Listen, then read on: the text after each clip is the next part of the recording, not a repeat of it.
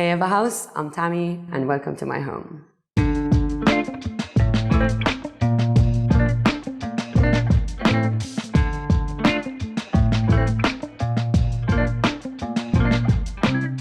So this is my grandparents' old home, which they moved into in the later parts of their lives. My grandfather was an artist, so the way he designed it was that downstairs was their living quarters and upstairs is his art studio. My sister lives downstairs now with her family, and I live up here. My brief to the architect was that we wanted minimal intervention because since my grandfather designed the space, we wanted to honor it and keep it as much as possible to how it was designed. But obviously we needed to make it a habitable space because he designed it to be a studio. I worked very closely with my architects and gave them quite a detailed brief where I in fact felt I might have been giving them too much information, but they welcomed it very, very openly. So that was my brief to them, minimal intervention and make it as habitable as possible.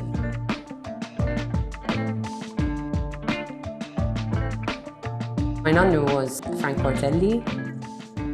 Most people who know his work would probably know his paintings more than anything. But he was actually an interior designer as well. And it really kind of fed into his multidisciplinary approach to art. Most of his style, which you can really see kind of across all of his work, is focused a lot on crystallized cubism, which is definitely reflected in the space. It's full of angular shapes, from the soffits to the staircase to the tiles that he actually kind of cut himself and made triangular shapes within them. So you can definitely see how the house is totally a reflection of his work. One of the biggest elements in this house is the light and all the skylight that it comes with, which in this particular room, which is where his main studio was, he designed it in a way that the two angles have sunrise and sunset on them. And then there's other areas within the house that also have skylights to be able to reach spaces downstairs as well. But the space in here is directed literally at the wall behind me. The pieces are actually two doors that used to be the doors of a hotel in Malta. They're like photos which are blown up and layered with different kind of techniques, which to be honest, we're not entirely sure of.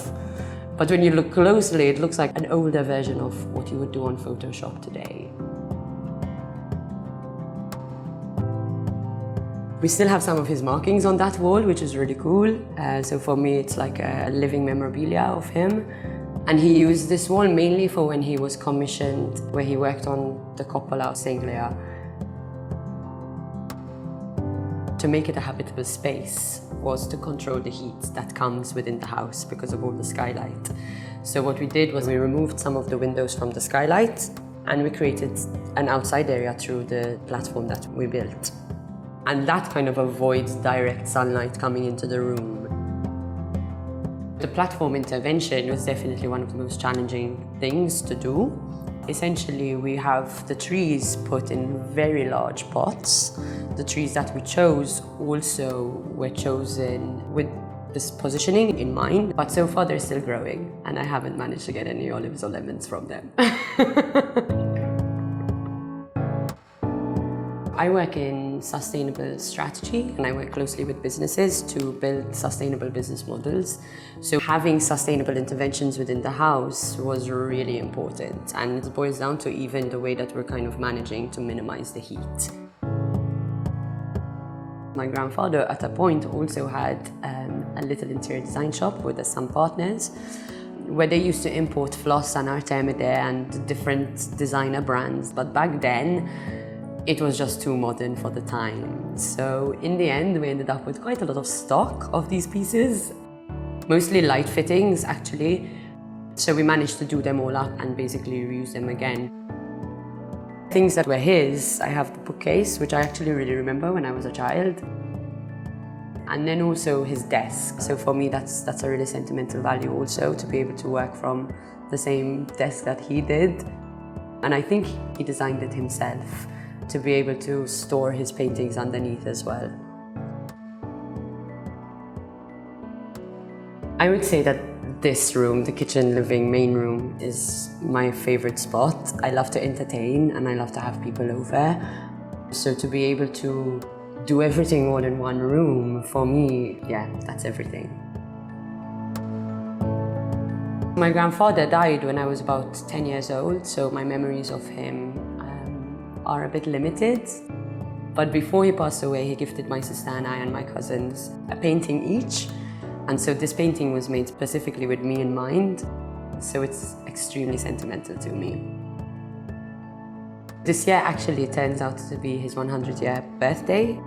For us, it's actually a really beautiful culmination of celebrating his life and essentially sharing his work with the world. One of my favorite things in the house, is quite a piece within itself, is the staircase, which he also designed, which he had designed a railing for it as well, but however it was still unfinished because he moved in at quite a later stage of his life. So that's the perfect kind of amalgamation of our intervention and his work together.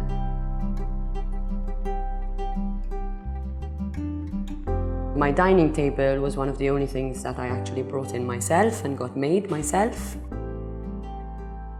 I sourced the tabletop from the Netherlands, which is made out of recycled plastic. For me, it was really important to understand where are my resources coming from, how would we discard the materials if we ever get to that stage, you know, like understanding the whole life cycle of the materials that are coming into the home.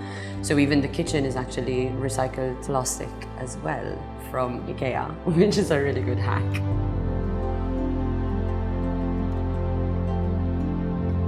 When we worked on the platform and had to get some more aluminium into the house, we decided to use the same suppliers who had done the aluminium for him.